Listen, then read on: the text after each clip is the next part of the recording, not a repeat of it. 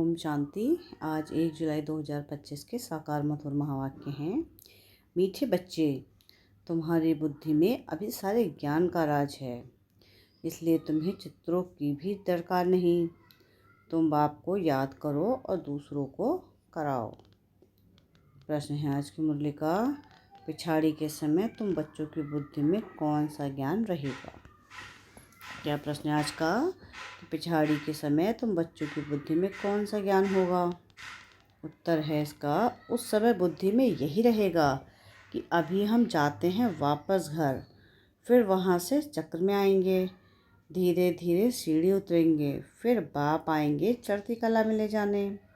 अभी तुम जानते हो, पहले हम सूर्यवंशी थे, फिर चंद्रवंशी, इसमें चित्र की दरकार नहीं। ओम शांति। बच्चे आत्माभिमानी होकर बैठे हो। 84 का चक्र बुद्धि में है, अर्थात अपने वैरायटी जन्मों का ज्ञान है। विराट रूप का भी चित्र है ना, इसका ज्ञान भी बच्चों में है कि कैसे हम 84 जन्म लेते हैं।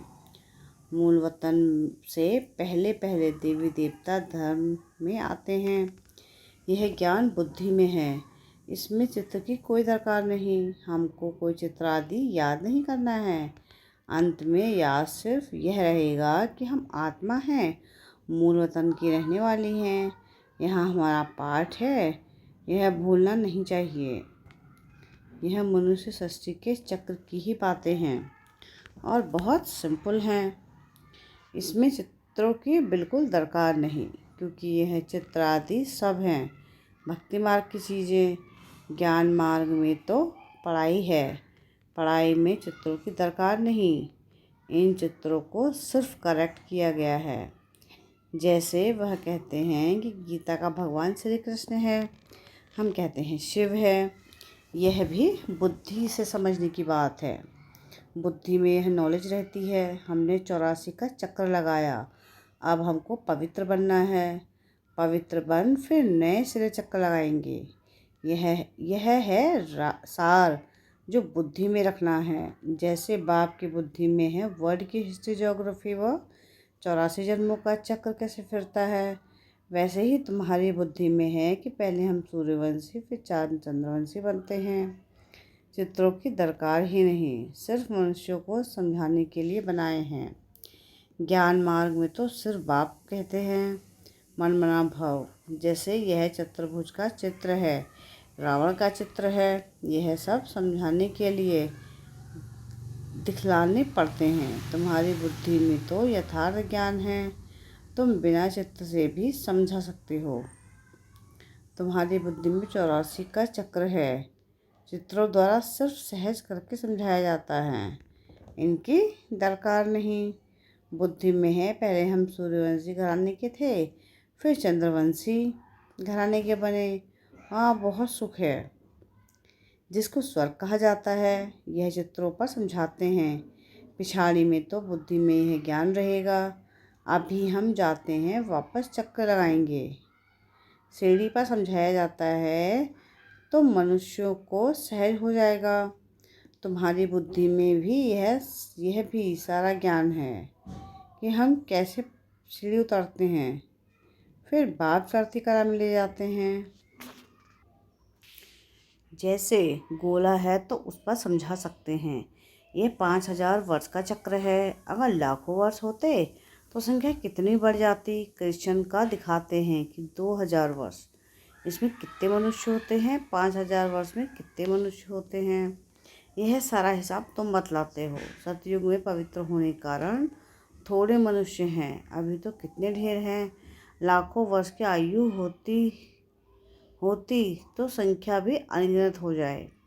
क्रिश्चियन की भेंट में आदमशुमारी का हिसाब तो निकालते हैं ना।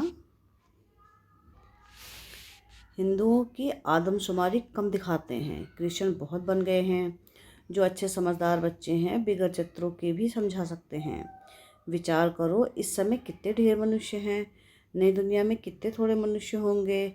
अभी तो पुरानी दुनिया है जिसमें इतने मनुष्य हैं, फिर नई दुनिया कैसे स्थापन होती है, कैसे स्थापन करते हैं, यह बाप ही समझाते हैं। वही ज्ञान का सागर है। तुम बच्चों को सिर्फ 84 का चक्र ही बुद्धि में रखना है। अभी हम नर्क से स्वर्ग में जाते हैं। तो अंदर खुशी होगी ना। सतयुग में दुख की कोई बात होती नहीं। ऐस सतयुग में दुख की कोई बात नहीं होती। ऐसे कोई अप्राप्त वस्तु नहीं जिसकी प्राप्ति के लिए पुरुषार्थ करें। यहाँ पुरुषार्थ करना पड़ता है। यह मशीन चाहिए, यह चाहिए, वहाँ तो सब खुद मौजूद है। जैसे कोई महाराजा होता है तो उसके पास सब कुछ मौजूद रहते हैं। गरीब के पास तो सब कुछ मौजूद नहीं होते। परंतु यह तो है कलयुग, तो बीमारियां आदि सब कुछ हैं। अभी तुम पुरुषार्थ करते हो नई दुनिया में जाने के लिए। स्वर्ग नर्क यहाँ ही होता है। यह सुख वतन की जो रमत गमत है, यह भी टाइम पास करने की है। जब तक कर्मातीत अवस्था को टाइम पास करने के लिए यह खेलबाज है। कर्मातीत अवस्था आ जाएगी, बस तुमको यही याद रहेगा कि हम आत्मा ने जब 84 चक्र पूरे किए, अब हम घर जाते हैं, फिर आकर सतोप्रधान दुनिया में सतोप्रधान पाठ बजाएंगे। यह ज्ञान बुद्धि में लिया हुआ है। इसमें चित्रों आदि की दरकार नहीं। जैसे बैरिस्टर कितना पढ़ते हैं, बैरिस्टर बन गए, बस जो पाठ पढ़े वह खल्लास। रिजल्ट निकली प्रारब्ध की। तुम भी पढ़कर फिर जाए राजाई करेंगे। वहाँ नॉलेज की दरकार नहीं। इन चित्रों में भी राइट रॉन्ग क्या है, यह अभी तुम्हारी बुद्धि में है। बाप बैठ समझाते हैं कि लक्ष्मी नारायण कौन है, यह विष्णु क्या है। विष्णु के चित्र में मनुष्य मूझ जाते हैं। जैसे विष्णु को नहीं समझते, लक्ष्मी नारायण को भी नहीं समझते, ब्रह्मा विष्णु शंकर को भी नहीं समझते। ब्रह्मा तो यहाँ है, यह पवित्र बन शरीर छोड़ चले जाएंगे। इस पुरानी दुनिया से वैराग्य है। यहाँ का कर्म बंधन दुख देने वाला है। अब बाप कहते हैं अपने घर चलो, वहाँ दुख का नाम निशान नहीं होगा। पहले तुम अपने घर में थे, फिर राजधानी में आए, अब बाप फिर आए हैं पावन बनाने। इस समय मनुष्यों का खान पान आदि कितना गंदा है। क्या क्या चीज़ें खाते रहते हैं। वहाँ देवताएं ऐसी गंदी चीज़ थोड़ी ही खाते हैं। भक्ति मार्ग देखो कैसा है, मनुष्य की भी बलि चढ़ती है। बाप कहते हैं यह भी ड्रामा बना हुआ है। पुरानी दुनिया से फिर नई जरूर बननी है। अभी तुम जानते हो कि हम सतोप्रधान बन रहे हैं। यह तो बुद्धि समझती है ना। इसमें तो चित्र ना हो तो और ही अच्छा, नहीं तो मनुष्य बहुत ही प्रश्न पूछते हैं। बाप ने 84 जन्मों का चक्र समझाया है। हम ऐसे सूर्यवंशी, चंद्रवंशी, वैश्यवंशी बनते हैं, इतने जन्म लेते हैं, यह बुद्धि में रखना होता है। तुम बच्चे सूक्ष्म वतन का भी राज समझते हो, ध्यान में सूक्ष्म वतन में जाते हो, परंतु इसमें न योग न ज्ञान है। यह सिर्फ एक रस्म है। समझाया जाता है कैसे आत्मा को बुलाया जाता है, फिर जब आती है तो रोते हैं, पश्चाताप होता है, हमने बाबा का कहना नहीं माना। यह सब है बच्चों को समझाने के लिए पुरुषार्थ में लग पड़े। गफलत ना करें। बच्चे सदा यह टेंशन रखें कि हमें अपना टाइम सफल करना है, वेस्ट नहीं करना है, तो माया गफलत नहीं करा सकती है। बाबा भी समझाते रहते हैं कि बच्चे टाइम वेस्ट ना करो, बहुतों को रास्ता बताने का पुरुषार्थ करो, महादानी बनो, बाप को याद करो तो विकर्म विनाश होंगे। जो भी आते हैं उनको यह समझाओ और 84 का चक्र बताओ। वर्ल्ड की हिस्ट्री ज्योग्राफी कैसे रिपीट होती है। नटसेल में सारा चक्र बुद्धि में रहना चाहिए। तुम बच्चों को खुशी रहनी चाहिए कि अभी हम इस गंदी दुनिया से छूटते हैं। मनुष्य समझते हैं स्वर्ग नर्क यहाँ ही है। जिनको बहुत धन है तो समझते हैं हम स्वर्ग में हैं, अच्छे कर्म किए हैं इसलिए सुख मिला है। अभी तुम बहुत अच्छे कर्म करते हो, जो 21 जन्मों के लिए तुम सब पाते हो। वह तो एक जन्म के लिए समझाते हैं कि हम स्वर्ग में हैं। बाप कहते हैं कि वह है अल्पकाल का सुख, तुम्हारा है 21 जन्मों का, जिसके लिए बाप कहते हैं कि सभी को रास्ता बताओ, सभी को रास्ता बताते जाओ। बाप को ही याद से ही निरोगी बनेंगे और स्वर्ग के मालिक बन जाएंगे। स्वर्ग में है राजाई, उनको भी याद करो। राजाई थी अभी नहीं है, भारत की ही बात है, बाकी तो है वाई प्लाट्स पिछाड़ी में सब चले जाएंगे, फिर हम आएंगे नई दुनिया में। अब इस समझाने में चित्रों की दरकार थोड़ी ही है, यह सिर्फ समझने के लिए मूल वतन सूक्ष्मतम दिखाते हैं, समझाया जाता है। बाकी यह तो भक्ति मार्ग वालों ने चित्र आदि बनाए हैं, तो हमको भी फिर करेक्ट कर बनाने पड़ते हैं। नहीं तो कहेंगे तुम तो नास्तिक हो, इसलिए करेक्ट कर बनाए हैं। ब्रह्मा द्वारा स्थापना, शंकर द्वारा विनाश। वास्तव में यह भी ड्रामा में नूद है, कोई कुछ करता थोड़ी ही है। साइंसदान भी अपनी बुद्धि से यह सब बनाते हैं। भले कितना भी कोई कहे कि बॉम्ब्स ना बनाओ, परंतु जिनके पास ढेर हैं वह समुद्र में डाले तो फिर दूसरा कोई ना बनाए। वह रखे हैं तो जरूर और भी बनाएंगे। अभी तुम बच्चे जानते हो कि सृष्टि का विनाश तो जरूर होना ही है, लड़ाई भी जरूर लगनी है, विनाश होना होता है, फिर तुम अपना राज्य लेते हो। अब बाप कहते हैं बच्चे सबका कल्याणकारी बनो। बच्चों को अपनी ऊंच तकदीर बनाने के बाद श्रीमत देते हैं। मीठे बच्चे, अपना सब कुछ धनी के नाम पर सफल करो। किनकी दबी रहेगी धूल में, किनकी राजा खाए। धनी यानी बाप खुद कहते हैं बच्चे इसमें खर्च करो, यह रूहानी हॉस्पिटल यूनिवर्सिटी खोलो तो बहुतों का कल्याण हो जाएगा।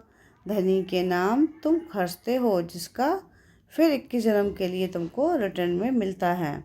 यह दुनिया ही खत्म होनी है, इसलिए धनी के नाम जितना हो सके सफल करो। धनी शिव बाबा है ना, भक्ति मार्ग में भी धनी के नाम करते हैं। अभी तो है डायरेक्ट धनी के नाम बड़ी बड़ी यूनिवर्सिटी खोलते जाओ तो बहुतों का कल्याण हो जाएगा। 21 जन्म के लिए राज्य भाग्य चक्र लेंगे, नहीं तो यह धन दौलत आदि सब खत्म हो जाएंगे। भक्ति मार्ग में खत्म नहीं होते हैं, अभी तो खत्म होना है। तुम खर्चो फिर तुमको ही रिटर्न मिलेगा। धनी के नाम पर सबका कल्याण करो तो 21 जन्मों का वर्षा मिलेगा। कितना अच्छा समझाते हैं। फिर जिनकी तकदीर में है वह खर्च करते रहते हैं, अपना घर बार भी संभालना है। इनका यानी बाबा का पाठ ही ऐसा था, एकदम जोर से नशा चढ़ गया। बाबा बादशाही देते हैं और गदाई क्या करेंगे। तुम सब बादशाही लेने के लिए बैठे हो तो फॉलो करो ना। जानते हो कि इसने कैसे सब छोड़ दिया, नशा चढ़ गया। ओहो, राजाई मिलती है। अल्फ को अल्लाह मिला तो वे यानी भागीदार को भी राजाई दे दी। राजाई थी, कम नहीं था। अच्छा फर्टाइल धंधा था। अच्छा फर्टाइल धंधा था। अब तुमको यह राजाई मिल रही है तो बहुतों का कल्याण करो। पहले भट्टी बनी, फिर कोई पक्का तैयार हुए, कोई कच्चे रह गए। गवर्नमेंट नोट बनाती है, फिर ठीक नहीं बनते हैं तो गवर्नमेंट को जला देने पड़ते हैं। आगे तो चांदी के रुपए चलते थे, सोना और चांदी बहुत था। अभी तो क्या हो रहा है, कोई की राजा खा जाते, कोई की डाकू खा जाते। डाके भी देखो कितने लगते हैं, फेमन भी है। यह है ही रावण राज्य। राम राज्य सत्य को कहा जाता है।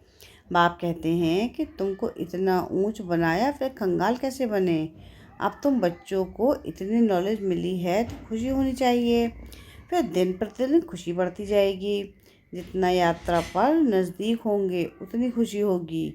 तुम जानते हो शांति धाम सुख धाम सामने खड़ा है, वैकुंठ के झाड़ दिखाई पड़ रहे हैं। बस अब पहुँचे कि पहुँचे। अच्छा, मीठे मीठे सिकले थे बच्चों प्रति माता पिता बाप दादा का याद प्यार और गुड मॉर्निंग। रूहानी बाप की रूहानी बच्चों को नमस्ते। हम रूहानी बच्चों की रूहानी बाप दादा को याद प्यार गुड मॉर्निंग और नमस्ते। शुक्रिया प्यारे बाबा, शुक्रिया। धारणा के लिए मुख्य सार है। सार की पहली पॉइंट है कि अपना टाइम सफल बनाने का अटेंशन रखना है, माया गफलत ना करा सके। इसके लिए महादानी बन बहुतों को रास्ता बताने में बिजी रहना है। सेकंड पॉइंट है कि अपनी ऊंची तकदीर बनाने के लिए धनी के नाम पर सब कुछ सफल करना है, रूहानी यूनिवर्सिटी खोलनी है। वरदान है आज की मुरली का कि ऊंचे ते ऊंचे बाप को प्रत्यक्ष करने वाले शुभ और श्रेष्ठ कर्मचारी भव। जैसे राइट हैंड से सदा शुभ कार्य और श्रेष्ठ कर्म करते हैं, ऐसे ही आप राइट हैंड बच्चे सदा शुभ व श्रेष्ठ कर्मधारी बनो। आपका हर कर्म ऊंचे से ऊंचे बाप को प्रत्यक्ष करने वाला हो, क्योंकि कर्म ही संकल्प व बोल को प्रत्यक्ष प्रमाण के रूप में स्पष्ट करने वाला होता है। कर्म को सभी देख सकते हैं, कर्म द्वारा अनुभव कर सकते हैं। इसलिए चाहे रूहानी दृष्टि द्वारा, चाहे अपने खुशी के रूहानियत के चेहरे द्वारा बाप को प्रत्यक्ष करो, यह भी कर्म है। स्लोगन है कि रूहानियत का अर्थ है नैनों में पवित्रता की झलक और मुख पर पवित्रता की मुस्कुराहट हो। अव्यक्त इशारे हैं, संकल्पों की शक्ति जमा कर श्रेष्ठ सेवा के निमित्त बनो। जैसे आजकल सूर्य की शक्ति जमा कर कई कार्य सफल करते हैं, ऐसे ही आप संकल्प की शक्ति जमा करो तो औरों में भी बल भर सकते हो, अनेक कार्य सफल कर सकते हो। जो हिम्मतहीन हैं उन्हें वाणी के साथ साथ श्रेष्ठ संकल्प की शुभ शक्ति से हिम्मतवान बनाना, यही वर्तमान समय की आवश्यकता है। अच्छा, ओम शांति।